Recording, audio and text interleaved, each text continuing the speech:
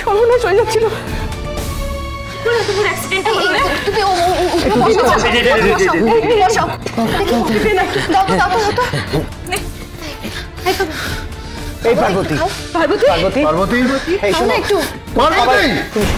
তুমি সবাইকে নাক টিপে দুধ খাও না? আজ দেখো, আজকে আমরা সবাই মিলে তোমাকে নাক টিপে দুধ খাওয়াবো।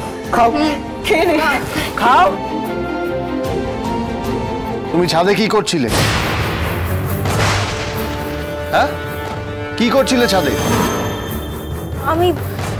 আমি তো তুমি ছাদ থেকে পড়ে গেলে কি করে? হ্যাঁ, কি হলো বলো? পার্বতী আমার সাথেই ছাদে ছিল। এই দিদি ভাই, আমরা সবাই তো এখানে মজা করছিলাম, তুই ছাদে কি করছিলি?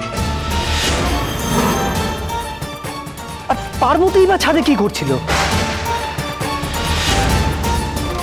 ও ছাদ থেকে কি করে পড়ে গেল বলতো? লাফ দিয়েছিল নাকি? ওর তো মাথার ঠিক নেই, সব কিছু করতে পারে।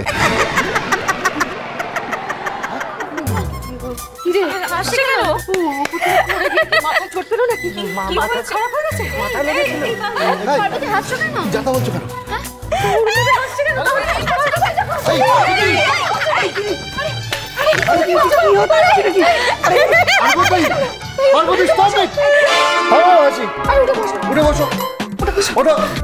রাগ করবে না সৌরভ বাবু, আসলে কি হয়েছিল, দিদিভাই একটু ছাদে গেছিল হাওয়া খেতে, তো আমিও ওর সাথে এখন।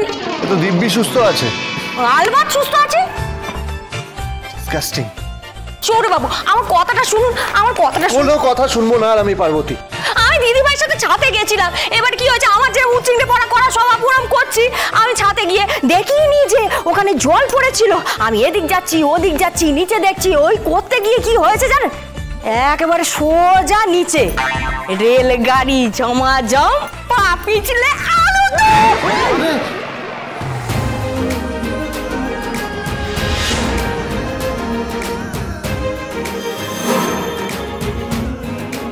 আলুর দম মাই ফুট।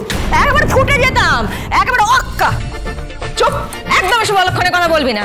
দাঁড়া তো, এই পারো, দুধটা দে আমায়। নাও, খাও, দুধটা খাও। না, খেতে হবে। নাক টিপে খাইয়ে দেবো না তো, খাও। আরে তোমায় নাক টিপতে হবে না, আমি টিপে নিচ্ছি। হ্যাঁ, গুড।